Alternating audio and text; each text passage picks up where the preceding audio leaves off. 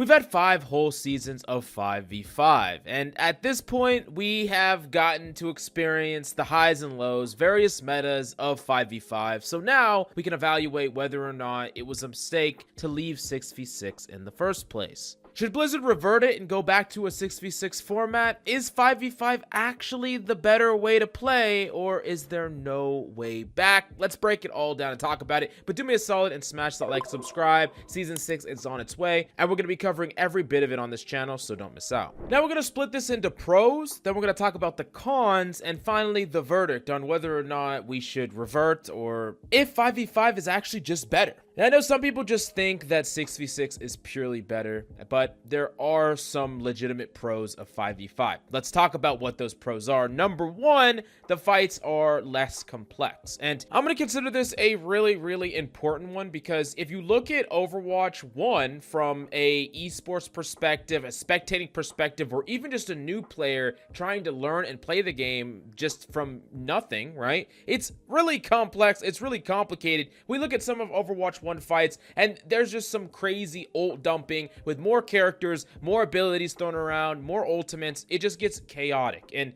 maybe this was in part due to the balance and the addition of certain types of abilities and things that create visual clutter, but in addition to a 6v6 environment, this made things really hard to see and look at, right? Sometimes Overwatch would get memed for just having like the most nonsense screen cap of all time, and while that could definitely still happen in Overwatch 2, it's not nearly as bad. The next pro that I'll give to 5v5 is that individually you do have more impact. Now, this is going to be kind of slight for most roles, and I think it's a bit more for tank, and really you're only going from 6 to 5, so it's not going to be like a huge amount more impact, but it definitely is more. You got to think about it like if there was 7 players or 8 or 9 or 10, the more you add, the less and less each individual person has an effect over the game, and I do think that was one of the big complaints about Overwatch 1, that you just didn't have enough impact, and you do have more in Overwatch 2, and that's always going to be a complaint in a team-based game. The more players, the more teammates you have, the less and less your impact is going to be. I don't really think it's a substantial change, but it is one that is there, and I do think that people like to have more individual impact over their games, so I think this is probably a good change.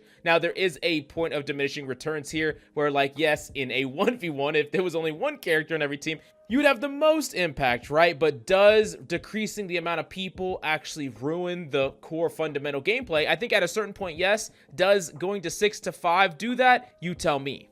Now, another big pro about 5v5 is that it's easier to balance specifically the tank role, because the tank role is just historically a very unbalanced duo, because when they're synergized together, they can be really strong. We've seen some crazy metas in Overwatch 1 that were super dominant and very frustrating to play against. We saw compositions built around tanks and supports like goats. We've seen compositions with double shield that's just impenetrable defenses that you're just shooting into shields all day. We've seen comps with pulls and hooks and double CCs, and we've seen all of this that is just ridiculously hard to balance, right? And there's a lot of problems that pop up where they would introduce a new character, and then all of a sudden, oh, this character is super strong with another tank, this tank is strong with another tank, but if we nerf one tank really hard, now all of a sudden that tank sucks with everything else. So basically the devs were having a really hard time balancing that tank role or that tank duo, and that's why going into Overwatch 2 or a 5v5, it's easier to balance that tank role when there's just purely one, although not everything's perfect in that regard, but we'll talk about that more in the cons. Now, the last pro, and this could be a con depending on who you're asking, the game has become more mechanical and less strategical. The less players that are in the game, the less that overarching strategy and team cohesion matter, the more and more individual plays matter, individual ability matter, your own impact matters, and I do think overall 5v5 and just Overwatch 2 as a whole has shifted to a more mechanical game and less one that is just one that's purely based on game sense or heavily based on game sense. Yes, game sense still matters, but mechanics play a much more active role now, where I do think that like you didn't really have to be mechanically good at all. There wasn't a lot of mechanical expression in Overwatch 1 comparatively. So this is a completely separate thing, and this could be a pro or a con depending on who you're asking. depending on what you like, but I do think that at the very least, 5v5 feels like it has much more overlap with other FPS games, as opposed to 6v6 feels like it had more overlap with like MOBAs, and it was more alien comparatively to FPS games, which made it a little bit hard for someone that comes from other FPS games to like transfer over, right? Now, if we just looked at the pros, it would be like, oh yeah, 5v5, it's a slam dunk, but there are a lot of cons, and these cons are really, really severe. The first one, and probably the most tragic one, is that the iconic tank duo is lost. Even though there were some really frustrating tank duos like I talked about before, there were equally as many iconic tank duos that just don't exist anymore, and it's frustrating. If we think about the tank duo of Ryan and Zarya, which was just bread and butter built for each other, and Winston D.Va, these duos were not only super engaging and fun to play, but no one really had a huge problem with them. Of course, there were some people that did, but really, these were not the characters, the tanks, the duos that were problematic. And I do think that, especially because these can exist and can be meta, it's frustrating that Blizzard had a hard time making these things meta, because then the frustrating tank balance thing didn't have to happen, right? They made it happen. And hypothetically, if better balance was there, they could have avoided the frustrating tank synergies and the broken tank synergies without turning Overwatch into a 5v5. Another big con is that some tanks just don't really feel like they belong. Like, there's certain tanks on the roster, I'll say like solo D.Va, or sometimes even solo Zarya, and several other tanks that just kind of feel like they don't really belong as a solo tank. Like, they were obviously built for 6v6, and yes, they have done some amount of effort to kind of turn them into a more definitive tank with different abilities, but they really don't feel like a solo tank. Like, they just don't feel like they were designed for it. They don't feel like they were made for it, and it almost feels like if you were gonna do 5v5, then everything should be rebuilt from the ground up. I know that that would just take a ridiculous amount of time, doesn't really make a lot of sense. It would kind of be like if out of nowhere they just reduced us to one support, and there's some supports that make zero sense as a solo support, right? Like Zen, Lucio, these characters would have to be completely reworked and changed to fit in a one support game, but then if you change those abilities crazy, it still wouldn't feel natural. Like, if you just made it so Zen healed a shit ton, it would feel very weird, and still with the single target heal, it just wouldn't make sense, right? And that's what I feel like with the tank role, where some tanks feel like they don't belong.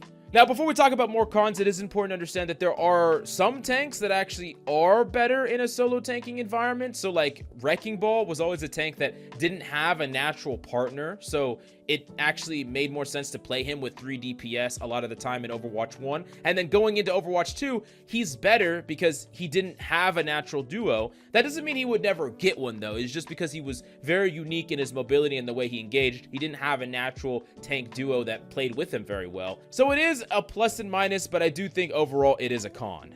Now, the next con is that some abilities become far stronger versus that one tank. And we've been having some of these problems debated and talked about, whether it's sleep that got changed so that it doesn't sleep a tank as long, or whether it's Discord, all the conversations around it. When you have just a singular tank, all these other abilities become really unbalanced relative to that one tank, and there's a lot of tweaking that needs to be done, which, you know, just more balancing to do. And I do think that we haven't really perfectly solved it yet. We're still suffering from some of those problems.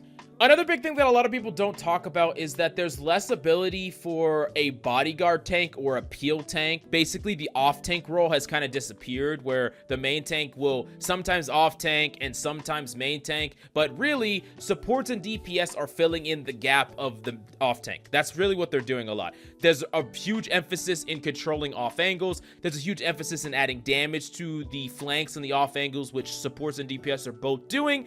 And I do think that this had a cascading effect on like how a lot of supports need to play in order to succeed, as opposed to Overwatch 1, where they really didn't play nearly as offensive. They didn't need to do nearly as much damage. Of course, the support passive and the fact that there's only one tank to heal up did affect that as well. So there's less free value given to you by healing. So this is like a little bit of a pro and a little bit of a con, but I don't even think the devs imagined or understood the ramifications for doing all these little changes and getting rid of a tank at the same time. Because it really fundamentally changed how the game is supposed to be played in a lot of ways, and it caused a huge amount of growing pains going from Overwatch 1 to Overwatch 2, especially for supports. It was a big deal. Now, really, the biggest con, and the con that kind of brings everything full circle, is why was the game not just properly balanced as a 6v6? Like, there was obviously balance problems in Overwatch 1. We felt it a lot, whether it was the fact that we sat in goats for like 2 years, or whether there was characters that were completely broken that took like 4 nerfs to fix. Whatever the case may be, there were also really good metas. There was also really fun gameplay loops, and Overwatch blew up as a game that was fun, interesting, had good balance at times, and had really fun metas at times, but it also had the worst metas possible. But it did prove that it was possible to hit these really fun metas that were fine, right? In a 6v6, it was possible. So going to a 5v5 feels like a cop-out, right? It feels like this is a band-aid fix to the balance problem. Yes, it's going to be easier to balance these things. Yes, it does fix some of the problems of 6v6 that we ran into, but we didn't have to run into those problems, right?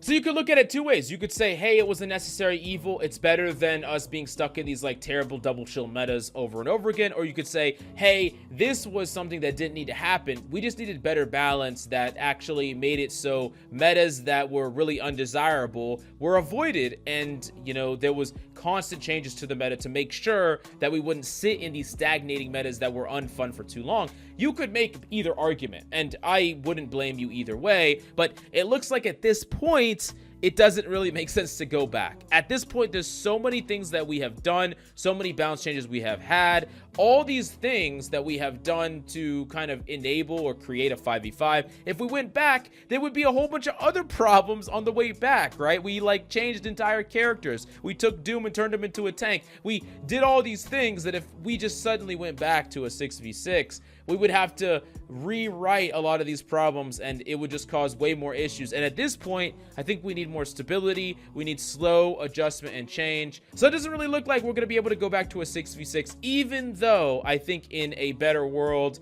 we could have had an insanely fun 6v6, and it's sad that we're probably not going to get it back.